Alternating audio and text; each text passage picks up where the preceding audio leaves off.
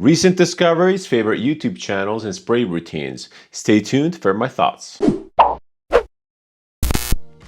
Hello, welcome back to Seldomly Off, and I'm Daniel. Today we're talking fragrances, and this is the first episode of FragTalk, a new free-form podcast-style format that allows me to explore everything fragcom and fragrances. I decided to start this style of format because it basically combines three ideas that I had in mind that could not be developed individually because it would lead to a little bit thin content. The first idea, which will be the first segment of each episode of FragTalk, is fragrance rotation. I cannot tackle this subject normally because number one, I cannot have a schedule-based fragrance rotation video, and also I tend to wear a lot of stuff that I test, samples, new fragrances, etc. So I don't really have a fragrance rotation. I'm constantly sampling new things, taking notes and gathering experiences. So that would not be my true fragrance rotation or my preferred fragrance rotation. Also, putting out a regular fragrance rotation video, maybe once a week, would be incredibly taxing on my workflow because I would have to basically film it and put it out right away. So instead of a very defined, structured fragrance rotation video, I decided to incorporate this topic featuring a few fragrances that I've liked recently that I've been wearing a lot and enjoying. It will be maybe 2 or 3. In this case, I'll be featuring 3 fragrances. I'll talk you a little bit through them and give you the highlights. This allows me to feature more fragrances more often, even fragrances that I'm not necessarily ready to review, but I can still share a couple thoughts about. Some fragrances that I have are really obscure, might be difficult to review, or are just out of season. This is a fun way to integrate new content, new fragrances, and give you an idea of what is in my collection. The second idea that I wanted to develop further into a format, which will be the second part of each episode of FragTalk, is a quick Q&A section. This is also difficult to implement on its own because number one, I need questions, and constantly asking you guys for questions is just incredibly taxing and fatiguing. Also, you might not have questions at a specific time. So I want to basically allow you guys to ask some questions in the comment. Please tag them something like Q&A. I'll then pick a couple questions to be answered in the next episode. So if I don't specifically answer that question in the comment, I'll at least say that I'll be tackling that question in my next Q&A session. I think that that's a fun way to interact with you guys, be a little bit more engaging, and just have a two-way conversation. Obviously today I do not have any open questions, so I'll be featuring my favorite YouTube channels and talking a little bit about the state of fragcom. The third section of each episode of FragTalk is where the meat and potato is where the body of the episode lies. Here, I'm going to be talking about a topic of choice. It might be something very fun and easy. It might be something a little bit more serious. Today, we're going to be talking about spray routines, or at least my findings on that, because it's no specific science, but I have some things to say about it. Even in this case, if you have any suggestions for any topics that you would like covered, please shoot a comment down below and I'll take it into consideration. I actually have a lot of plans for this section. Many of them will be down the road.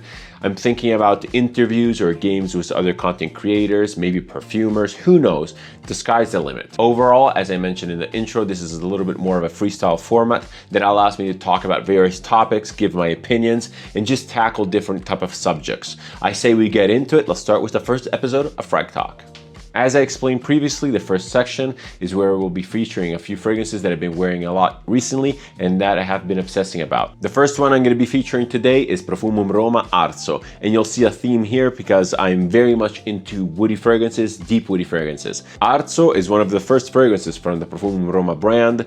It's a relatively simple woody fragrances that evokes feelings of forest. A lot of people talk about this being a very good representation of winter forest, with a campfire and a mountain hut. I do not necessarily agree, especially about the winter imagery that this scent evokes, according to a lot of reviewers.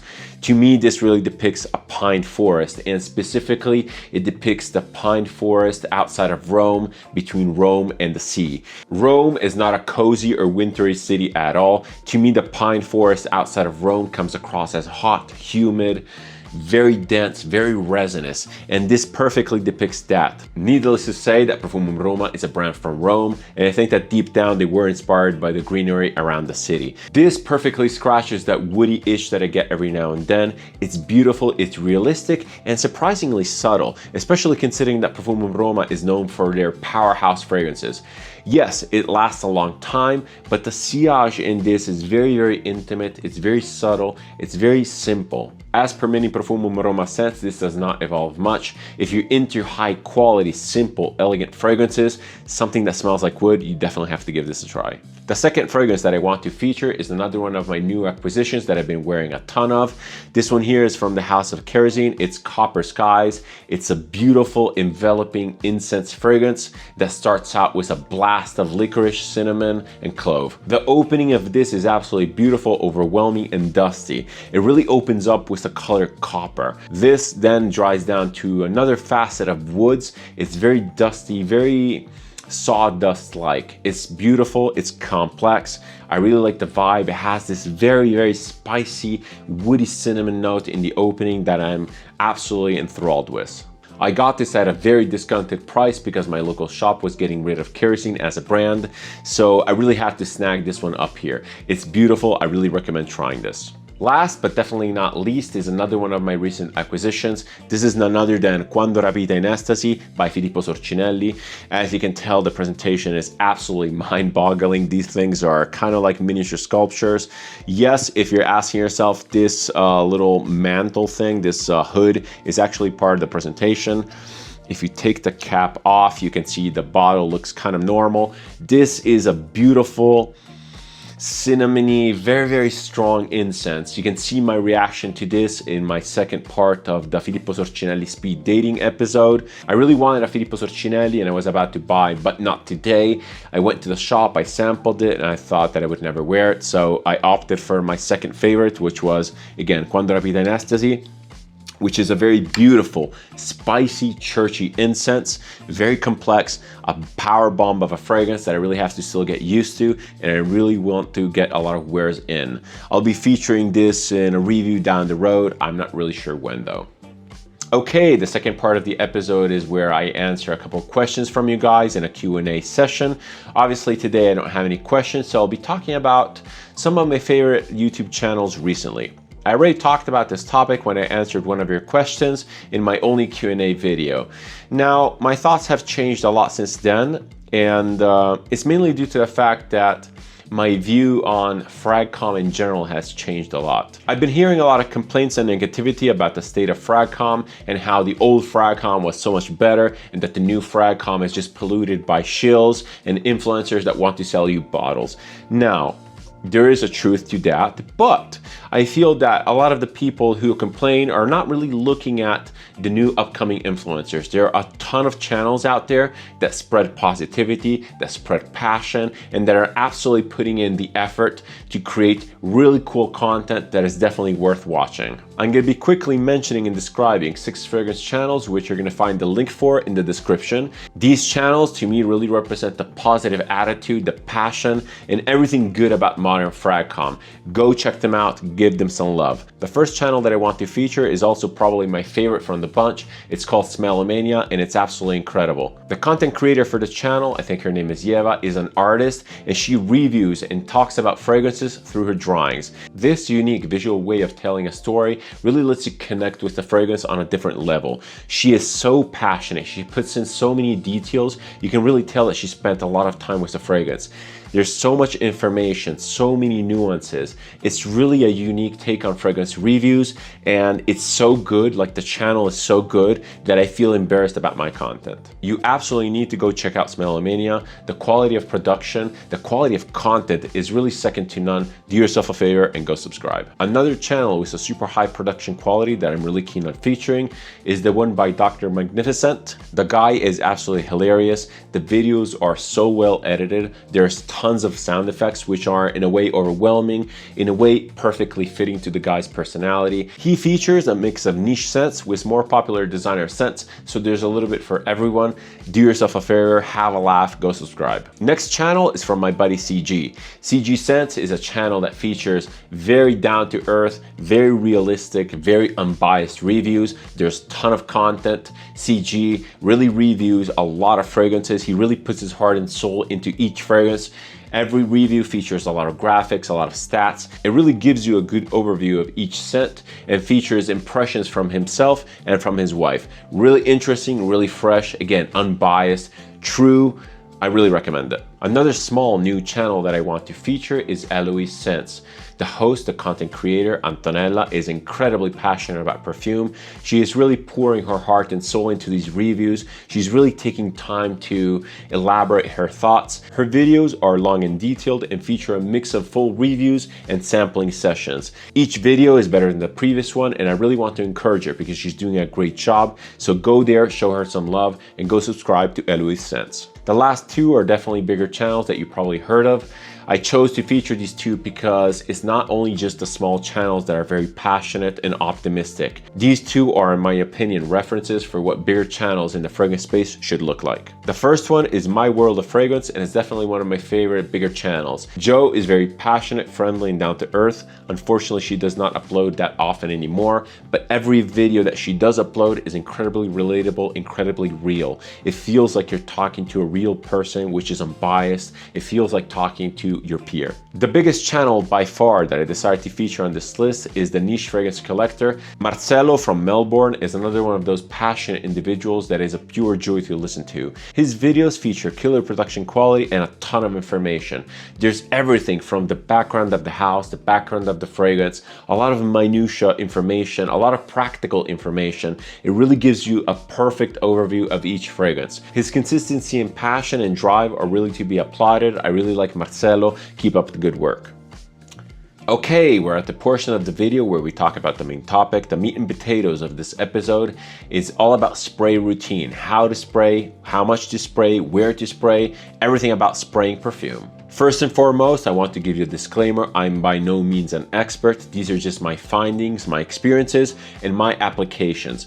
This is the way I spray perfume, and this is the way I approach the spraying of perfume. Another disclaimer, and that is actually our first point of conversation, is that every person is different. Every person perceives fragrance in a different way.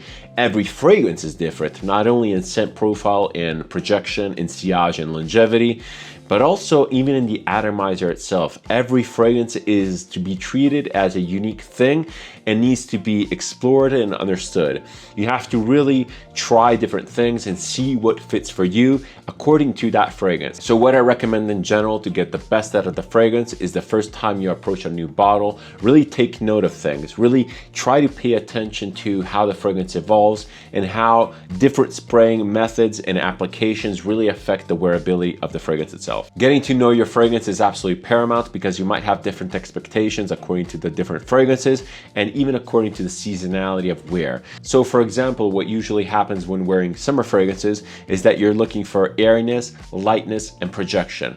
So you really have to keep those things in mind and find the best spray routine that really emphasizes those aspects. Another aspect of getting to know your fragrance is trying to understand what type of tendency the fragrance or the fragrance house has. So for example, in the case of Amouage, a lot of their fragrances are very, very heavy, they're very rich, and they're very dense. And they tend to sit close to the skin. Also, a lot of the fragrances from Amouage are very oily and colored, so they might not be the best candidate to be sprayed on clothes. All these things are not something that you find on the website or a brochure. You really have to experience them for yourself and just take note of these things because, again, they greatly affect how and how much you want to spray and where. Last but not least, in getting to know your fragrance topic, try to pinpoint how your fragrance evolved throughout the wear.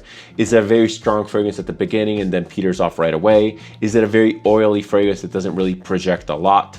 All these things, again, they really affect the strategy that you should be having to try to compensate the weak aspects of the fragrance itself. An obvious thing that I want to talk about is the difference between spraying on skin and on clothes. And I'm not talking about where to spray on your body. I'm just talking about the differences between spraying on textile or some sort of a neutral media or on your skin. Skin in general greatly affects the fragrance, and what you get is really dependent on what type of skin you have. So for example, my skin really tends to absorb acidic notes. So everything which is citrusy, bright, and zingy tends to be absorbed by my skin, and this results in most fragrances becoming a lot darker than they are. If a fragrance is very bright, maybe overly bright, this can be a good thing because spraying on skin means that I'm toning down those bright notes. On the other hand, if a fragrance is really deep and heavy, spraying it on skin really emphasizes that aspect and it becomes even more dense and deep. So again, it really depends what you want. It really depends how you want to fine tune the wear experience of your fragrance. You might like a deeper fragrance, so you might want to spray it on skin if you have a skin that absorbs acidics. And again, I can't really tell you what your skin does. It's something that you really have to find out on your own. To find out, what I would do is compare what you get off your skin compared to like a strip. Try to compare the two experiences and really point out the differences. The paper is supposed to be a more neutral representation, while the skin will apply some sort of an equalization. If you ever played around with an equalizer in music, you know that you can emphasize certain tonal ranges of the track. So for example, you can add bass, you can add mids, you can add highs, or you can detract from one of those. And basically what skin does is applying some sort of an equalizer to a fragrance.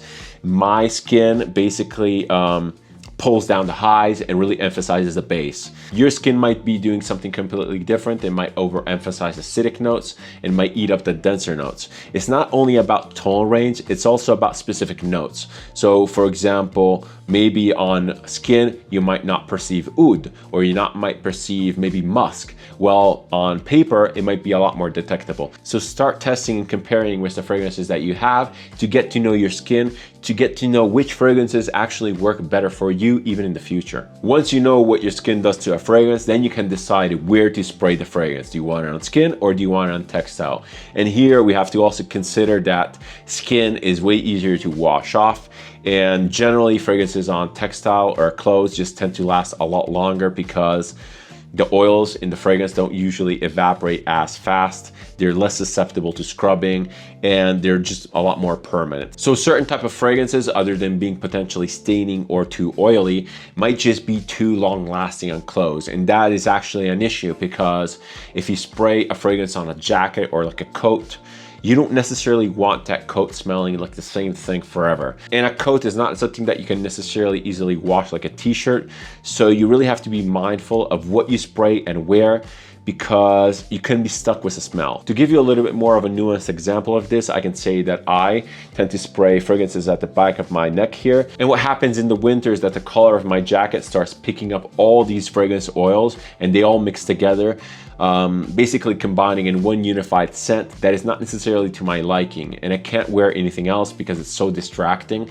So what I have to do is I have to adjust my spraying routine in the winter to not create this issue. So everything revolves around your habits, your skin type, and whether or not you like the fragrances to sit on garments for a long time or not. Now that we have the bases laid out, we can start talking about the details. My first point is where to spray, meaning where on your body to spray. The first thing that I want to say, and this is very much from personal experience, is that spraying on the so-called pulse points does not really help projection. The idea being is that the pulse points have a little bit of a higher temperature and this aids projection and sillage. The reality is that temperature difference on pulse points is pretty much negligible. On the flip side, we do have to acknowledge that pulse points are those areas that tend to move around a lot, giving this enhanced projection and sillage, and it really helps you to smell the fragrance around yourself. So for example, applying on your wrist will not make the fragrance more detectable because of the higher temperature, but rather it's because it's on a moving part, which creates this vortex of smell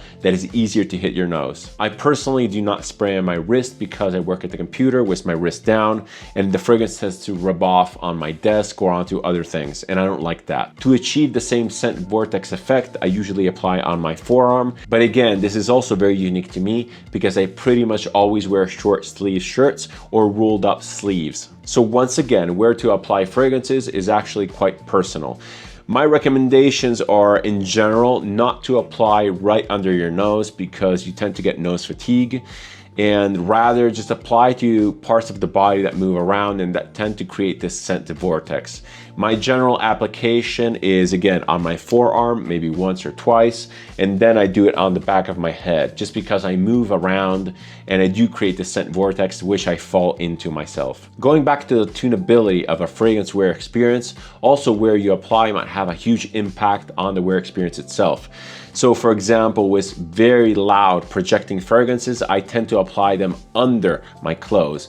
This is because I'm literally creating a barrier over the fragrance that sort of like keeps the fragrance in, and it really helps contain the projection. I don't like massive projection all the time. I don't like to be at the center of attention, and I have some fragrances which are incredibly loud, which I do prefer wearing under the clothes. On the other hand, if you have a fragrance which is very, very subtle, you probably do not want to apply it under the clothes because it will not get out. So you really have to decide what you want from your fragrance and how you want to tune the wear experience. Another factor to consider when evaluating where to spray the fragrance is the type of fragrance it is. So for example, very stinky animalic fragrances tend to smell a lot better in the air or from further away. So you might not want to spray it in areas which are necessarily close to your nose if you don't like that scent profile, or in areas which tend to go into close contact with other people. So for example, if you tend to touch people with your hands a lot, if you tend to get your hands close to someone's face, you might not want to apply that stinky animalic fragrance directly to your hands, and maybe applying it closer to your elbow crease. Again, it's about evaluating each single fragrance, its use case, and how you want to fine-tune the wear experience. By far, the most common question I get when talking about spray routine is how many sprays to wear of a single fragrance.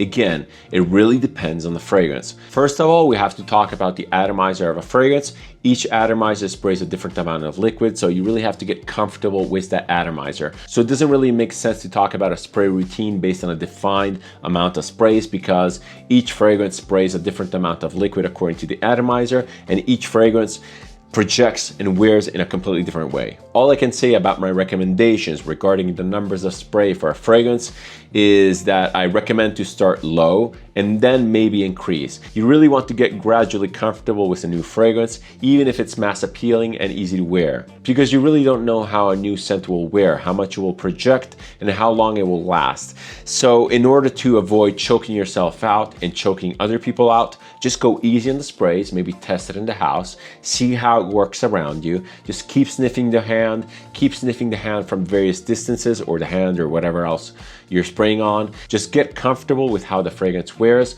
with how it evolves, and with how the scent bubble around you changes. Once you get comfortable, and again, you get to know the fragrance, it's time to fine tune with the number of sprays and actually where and how you spray. More sprays obviously makes the fragrance louder, but determining whether the fragrance becomes more long lasting or more projecting really depends on how you apply these more sprays. To help longevity on a fragrance that evaporates very quickly, my recommendation is to apply multiple sprays to the same exact spot. This basically creates a concentrated area of fragrance that will evaporate slower without increasing projection, because the area of effect, the area of evaporation is still the same one. If you want to instead aid projection on a very long lasting fragrance, you want to spray multiple sprays in different areas. You basically want to increase the surface area of evaporation of the fragrance. The more the fragrance evaporates, the more it will project. Spraying multiple sprays in different areas will not increase longevity, because each area that is sprayed will evaporate in the same amount of time. It will just increase projection.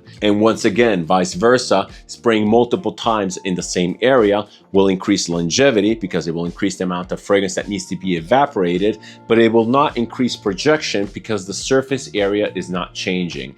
So again, you can really fine tune the wear experience of a fragrance with how you spray. But in order to do this, you have to have a baseline. You have to know what you want to achieve from the wear experience. Last but not least, this is a lot more nuanced and subtle, but you can affect the way the fragrance projects or its longevity by the spread of the fragrance, by the spread of the atomizer. So basically, the closer you spray the fragrance, the more concentrated the dot will be. The further away you spray the fragrance, the more diffused the scent cloud will be on you. This also helps when you spray very oily, very staining fragrances on clothes. If you spray them from further away, the chances of staining are much less. So keep that in mind. I usually start with spraying from a medium distance of about 5 inches or about 12-ish centimeters and take it from there. Again, the closer you get, the more concentrated the scent spot will be. The further away you spray, the more diffusive the scent bubble will be. You'll get a lot more projection, but it will last a lot less. I'm not going to really talk about the specific concentrations, EDT, EDP, or X-Straight, just because I told you to evaluate each scent individually. What I can tell you is that the lower concentrations, like the EDT, will have bigger projections and lower longevity just because of the higher evaporation capabilities of the high alcohol content. Going with higher concentrations like X-Straight or Attar will net you less projection and more longevity. But that again is very dependent on the type of scent. I myself have various scents which are highly concentrated, like Interlude 53, but that really project a lot. And that just comes down to the ingredients and to how the scent is put together. So each scent needs to be evaluated on its own. Just to wrap this whole thing up, my final recommendations are: do not give up on a scent right away if the wear experience does not work for you. Get to know the scent. Try to understand what the scent is capable of in its neutral state. Wear it in different ways, experiment and take notes. Only you can decide how you want to wear the fragrance. All right, it's time to wrap up this very first long episode of FragTalk.